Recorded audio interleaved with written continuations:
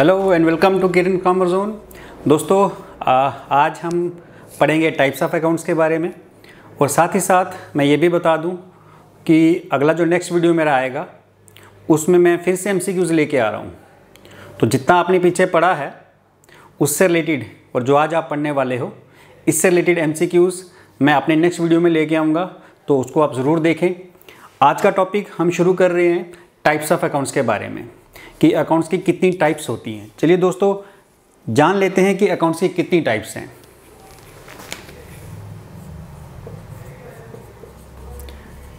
Types of accounts. दोस्तों types of accounts में 3 types हैं। Real account, second is personal account and third is nominal account. ये 3 तरह के अकाउंट हैं, रियल, पर्सनल और नॉमिनल। पूरी की पूरी अकाउंटेंसी जो है वो इन्हीं अकाउंट्स के इर्द गिर्द घूमेगी। चलिए बात करते हैं सबसे पहले रियल अकाउंट के बारे में। रियल अकाउंट ये क्या होता है दोस्तों? This account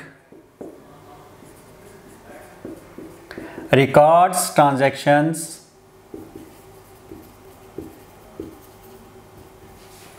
relating to tangible and intangible assets। Real account वो होता है दोस्तों जो टेंजिबल और इनटेंजिबल एसेट्स की ट्रांजैक्शंस को रिकॉर्ड करता है। दोस्तों एसेट्स के बारे में मैंने आपको पहले भी बताया है कि एसेट किसे कहते हैं। कोई भी ऐसी चीज़ जिसकी कोई इकोनॉमिकल वैल्यू है, जिसको हम कैश में कन्वर्ट कर सकते हैं। किसी भी कंपनी के वो रिसोर्सेज जो उसने लॉन्ग टर्म के लिए यूज़ करने हैं, अपना रेवेन्यू जनरेट करने के लिए, उनको हम एसेट्स बोलते हैं। तो अब यहाँ पे क्वेश्चन अराइज होता है कि टेंजिबल और इनटेंजिबल एसेट्स कौन कौन से होते हैं। तो चलिए बात करते हैं टेंजिबल एसेट्स की। टेंजिबल एसेट्स, दोज एसेट्स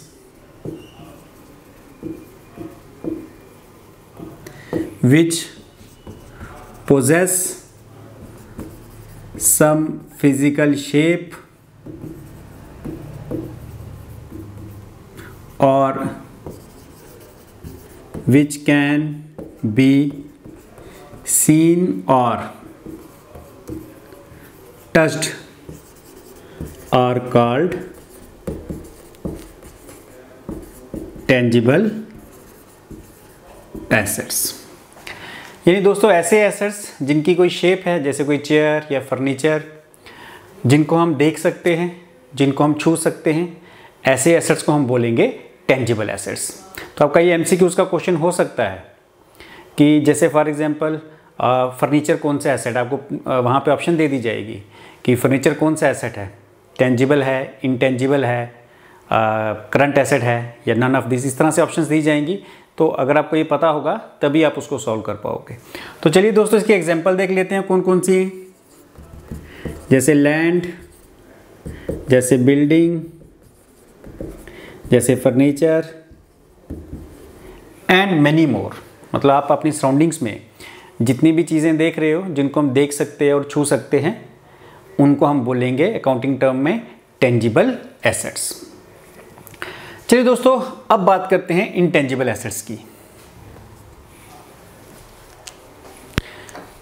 यहां लिख रहा हूं मैं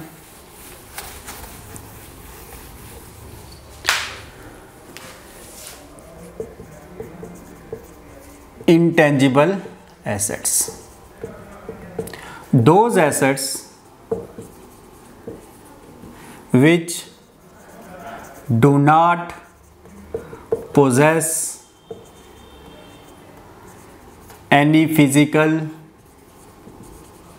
shape or which can't be seen or touched are called intangible assets, intangible assets यानी ऐसे एसेट्स दोस्तों जिसकी कोई शेप नहीं है, कोई जिसको हम देख नहीं सकते, जिसको हम छू नहीं सकते, ऐसे एसेट्स को हम बोलेंगे इंटेंजिबल एसेट्स। फॉर एग्जांपल क्या क्या एग्जांपल्स हैं इसकी? गुडविल है दोस्तों, पेटेंट, कॉपीराइट। तो दोस्तों ये इनकी एग्जांपल्स हैं इंटेंजिबल एसेट्स की। अब चलिए जान लेते हैं कि ये गुडविल का मतलब क्या है। दोस्तों goodwill means the reputation of a business, goodwill means the strength of the business to attract customer. For example दोस्तों अगर हमें कोई मोबाइल चाहिए तो जनरली हम कौन सा मोबाइल लेना चाहेंगे? तकरीबन सभी लोग कहेंगे यार Apple iPhone is the best. तो ये एप्पल का जो आईफोन है, इसके पीछे इसकी जो रेपुटेशन है, जो गुडविल है, ये कस्टमर को अट्रैक्ट करती है कि वो ये फ़ोन खरीदे। देखो किसी भी चीज़ की गुडविल होगी, रेपुटेशन होगी, तो वो चीज़ मार्केट में बिकेगी। टीवी लेना है तो हम बात करते हैं सोनी की टीवी, क्यों? क्योंकि इनकी रेपुटेशन अच्छी है, इनकी गुडविल अच्छी है। तो ultimately goodwill brings money to the business, क्योंकि गुडविल की वजह से ही बिजनेस में पैसा आएगा। किसी चीज़ की गुडविल है, रेपुटेशन है, तो वो चीज़ बिकेगी। अगर किसी चीज़ की रेपुटेशन नहीं है तो वो चीज़ नहीं बिकेगी। हालांकि गुडविल को हम देख नहीं सकते, एक तो रेपुटेशन है, इसको ये दिखाई नहीं देती, बट एसेट्स ये इसलिए है क्योंकि गुडविल की वजह से, बिकॉज ऑफ दिस गुडविल, पैसा जो है वो बिजनेस में आता है। तो इसको हम बोलेंगे इंटेंजिबल एसेट। दूसरा दोस्तों पेटेंट। दोस्तों पेटेंट का मतलब क्या है? अभी आप देख रहे हो कि कोरोना कोविड-19 बहुत फैला हुआ है पूरी दुनिया में, और बड़ी बड़ी फार्मास्यूटिकल कंपनीज रिसर्च पे लगी हैं, दवाई बनाने के लिए लगी हुई हैं। तो ये वर्ड उन्हीं से रिलेटेड है। कोई भी कंपनी जब ऐसी कोई दवा बना लेती है जो पहले कभी मार्केट में नहीं थी, तो उसका वो पेटेंट करवाती है। गवर्नमेंट उसको एक पेटेंट राइट देती है, जिसमें उस कंपनी के पास ये राइट हो जाता है कि जितने समय के लिए उसको पेटेंट राइट दिया गया है गवर्नमेंट के द्वारा, तब तक वो कंपनी वो चीज़ बनाएगी और आगे डिस्ट्रीब्यूट करेगी। तो ये उसका राइट हो जाता है कि वो चीज़ सिर्फ वही कंपनी ही बना सकती है जिसको इसका पेटेंट राइट है। तो अल्टीमेटली दोस्तों इससे क्या होगा कि अगर एक ही कंपनी के पास ये राइट है चीज़ बनाने का, वही बनाएगी और वही मार्केट में बेचेगी, तो उसकी एक मोनोपोली हो जाएगी। वो अपना जो भी प्राइसिंग फिक्स करना चाहे कर सकती है, सारा का सारा प्रॉफिट उसी को ही आएगा। तो ये भी एक तरह का इंटेंजिबल यानी ना दिखाई देने वाला एसेट है, but because of this assets क्या होगा, कंपनी में पैसा आएगा, क्योंकि वो चीज़ सिर्फ वही कंपनी ही बना सकती है, उसका वो लीगल राइट है। तो दोस्तों उसको पेटेंट बोलते हैं। Next is copyright. कॉपीराइट जैसे दोस्तों आप देखते हो कि गाने लिखे गए मूवीज़ में, तो उनको कोई ना कोई तो लिखता है, लिरिक्स राइटर कोई ना कोई होता है, या फिल्मों की कहानियाँ लिखी जाती हैं। तो जो ये कहानियाँ लिखते हैं या जो ये गाने लिखते हैं, उनका एक इसका कॉपीराइट बना लेते हैं। कॉपीराइट का मतलब होता है कि वो गाना कोई भी दूसरा कोई नहीं गा सकता या किसी दूसरी फिल्म में यूज़ नहीं हो सकता अनलेस उनसे परमिशन ली जाए। तो ऐसे राइट को हम बोलते हैं कॉपीराइट। तो ये भी एक तरह का एसेट है, इससे भी पैसा बिजनेस में आएगा, क्योंकि एक गाना जो बन चुका है कि कंपनी में, उसी कंपनीज की जो है वो जो गाना है मीडिया में चलेगा। जैसे कोई भी चैनल ले लो आप, MTV ले लो या बाकी जितने चैनल्स हैं जो म्यूज़िक प्ले करते हैं, तो वो सारा रेवेन्यू उसी को जाएगा जिसने वो गाना बनाया है। तो ये तीनों ऐसे एसेट्स हैं दोस्तों जो दिखाई नहीं देते, स्टिल दे आर एसेट्स, क्योंकि इनकी वजह से बिजनेस में पैसा आता है। चलिए दोस्तों, आई होप आपको ये क्लियर हो गया। अब नेक्स्ट है दोस्तों पर्सनल अकाउंट। अब हम करेंगे पर्सनल अकाउंट की बात। दोस्तों second is personal account. This account records transactions relating to person. ये किसकी ट्रांजैक्शन रिकॉर्ड करता है? किसी के नाम की, किसी पर्सन की। फॉर एग्जांपल जैसे मैं कहूँ राम, मोहन, सोहन, तो ये सब किस में आते हैं? पर्सनल अकाउंट में। अगर अकाउंटिंग टर्मिनोलॉजी में कोई किसी से पूछे कि एक नाम जो है वो क्या है, तो आप क्या बोलोगे? वो एक पर्सनल अकाउंट है। चलिए दोस्तों, अब इसकी भी टाइप्स हैं। Types of personal account. First is natural personal account. Natural personal account दोस्तों क्या है? जैसे मैंने कहा, जो हम किसी का भी नाम रखते हैं, जो पेरेंट्स किसी बच्चे का नाम रखते हैं या जो किसी नाम से पहचाना जाता है, उसको अकाउंटिंग टर्मिनोलॉजी में नेचुरल पर्सनल अकाउंट बोलते हैं। फॉर एग्जांपल राम, जैसे मेरा नाम किरण, या XYZ कुछ भी, तो जो किसी का नाम होता है वो आता है नेचुरल पर्सनल अकाउंट में। सेकंड इज दोस्तों आर्टिफिशियल पर्सनल अकाउंट। दोस्तों आर्टिफिशियल पर्सनल अकाउंट वो होता है जिस नाम से हम किसी बिजनेस को स्टार्ट करते हैं। फॉर एग्जाम्पल रिलायंस इंडस्ट्रीज, या Jammu Kashmir bank JK bank, या कोई स्कूल का नाम, या किसी कॉलेज का नाम। इवन कि आप एक शॉप देखोगे, उसका भी एक नाम होता है जिस नाम से उस दुकान को पहचाना जाता है। तो जिस नाम से इन शॉर्ट हम बिजनेस शुरू करें, उसको हम बोलते हैं artificial personal account.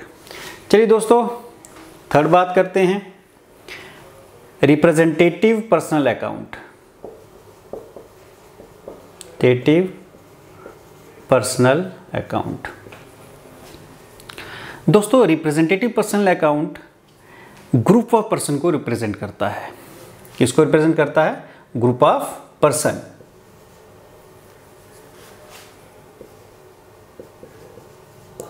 Group of person.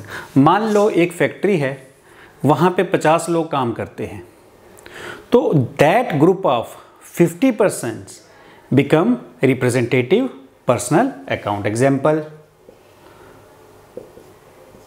Outstanding salary, जो उनकी हमें सैलरी देनी है साल भर में या महीने की कितनी है, तो वो 50 लोगों की सैलरी जो है टोटल में हमें बताएगा कि इन 50 लोगों की इतनी सैलरी, जिसको हम आउटस्टैंडिंग सैलरी बोलते हैं, यानी वो सैलरी जो अभी तक हमने पे नहीं की। तो वो किसी एक इंसान को या किसी एक बिजनेस को रिप्रेजेंट नहीं कर रहा। रिप्रेजेंटेटिव पर्सनल अकाउंट एक ग्रुप ऑफ पर्सन को रिप्रेजेंट करता है। चलिए दोस्तों, थर्ड इज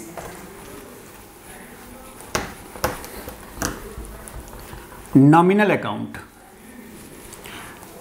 अब हम जानेंगे दोस्तों नॉमिनल अकाउंट के बारे में। Nominal account, this account records transactions relating to, ये किससे रिलेटेड ट्रांजेक्शन रिकॉर्ड करता है? Relating to expenses, losses, incomes, gains, profit. तो इन सब की जो ट्रांजैक्शंस हैं वो कौन रिकॉर्ड करता है? Nominal account. अब दोस्तों जैसे मैंने कहा कि एक्सपेंस क्या है, मैंने बताया था लास्ट वीडियोस में कि किसी बिजनेस को चलाने में जो हम खर्चा करते हैं उसके डे टू डे ऑपरेशन के लिए, उनको हम एक्सपेंस बोलते हैं। फॉर एग्जांपल एम्प्लॉयज़ की हमने सैलरी दी, या हमने बिल्डिंग का रेंट दे दिया, या हमने इलेक्ट्रिसिटी बिल दे दिया, या प्रिंटिंग का खर्चा हुआ, या ऑडिट फीस हो गई। तो जितने भी हम एक बिज़नेस में रूटीन के एक्सपेंस करते हैं, रूटीन के खर्चे करते हैं, उनको हम क्या बोलेंगे? एक्सपेंस।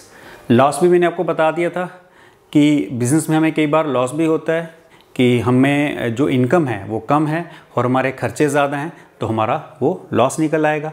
लॉसेस भी होते हैं। इनकम्स मैंने बताया कि जो बिज़नेस में हम पैसा जनरेट करते हैं बाय वे ऑफ सेल या अदर सर्विस प्रोवाइड करके, उसको हम इनकम बोलेंगे। गेन यानी मुनाफा एंड प्रॉफिट, तो मैंने दोनों का एक डिफरेंस आपको बता दिया था लास्ट वीडियो में। आई होप आपको वो पता होगा। तो इन सब की जो ट्रांजैक्शन है वो नॉमिनल अकाउंट रिकॉर्ड करता है। अब देखिए दोस्तों, अगर मैं बात करूँ एक्सपेंस की, एक्सपेंस क्या है, इनकम या एक्सपेंस, आप ऐसे इसको डिसाइड नहीं कर सकते। देखो सिंपल सी बात है, अगर मैंने किसी को सैलरी दी तो वो मेरा एक्सपेंस है, किसी ने मुझे डिविडेंड या इंटरेस्ट दिया तो मेरी इनकम है। तो डिफ्रेंशिएट किससे हुआ कि अगर हम पे कर रहे हैं इट मीन्स कि वो एक्सपेंस है, और अगर वही चीज़ हम रिसीव कर रहे हैं इट मीन्स हमारे लिए वो क्या है, इनकम है। तो चाहे इनकम हो या एक्सपेंस हो या लॉस हो या गेन या प्रॉफिट हो, इन सब की जो ट्रांजैक्शंस हैं वो कौन रिकॉर्ड करता है, नॉमिनल अकाउंट। अब दोस्तों ट्रांजैक्शंस कैसे रिकॉर्ड होती हैं, इनको हम क्यों पढ़ रहे हैं, इनके रूल्स हैं, ये मैं अभी आगे नेक्स्ट वीडियो में बताऊंगा।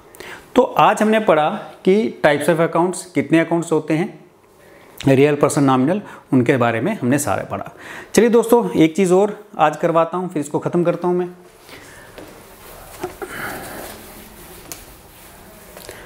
इसके साथ आज मैं करा रहा हूँ branches of accounting. Branches of accounting, सबसे पहले फाइनेंस अकाउंटिंग, एक ब्रांच है फाइनेंस, दूसरी है कॉस्ट अकाउंटिंग, और तीसरी है दोस्तों मैनेजमेंट अकाउंटिंग। ये 3 ब्रांचेस ऑफ अकाउंटिंग हैं। सबसे पहले फाइनेंस अकाउंटिंग में हम क्या करते हैं, फाइनेंस अकाउंटिंग में हम बिजनेस का साल भर का रिजल्ट देखते हैं इन टर्म्स ऑफ प्रॉफिट या फिर लॉस, कि साल भर में हमें कितना प्रॉफिट या फिर कितना लॉस हुआ, उससे डील करती है finance accounting. Second is cost accounting. Cost accounting deal करती है, सपोज करो अगर हम कोई चीज़ मैन्युफैक्चरिंग कर रहे हैं किसी चीज़ की, तो हमारा जो प्रोडक्ट बना उसकी जो मैन्युफैक्चरिंग कॉस्ट है उससे डील करती है कि प्रोडक्ट का रॉ मटेरियल खरीदने से लेके प्रोडक्ट के बनने तक के कितने एक्सपेंस, कैसे कितनी कहाँ क्या क्या कॉस्ट आई, उस सब के बारे में हम किस में पढ़ते हैं, कॉस्ट अकाउंटिंग में। तो कॉस्ट अकाउंटिंग उससे डील करती है हमारी किसी भी प्रोडक्ट की कॉस्ट ऑफ मैन्युफैक्चरिंग से। और मैनेजमेंट अकाउंटिंग किससे डील करती है, ये डील करती है आगे फ्यूचर कोर्स ऑफ एक्शन जो उनको लेना है।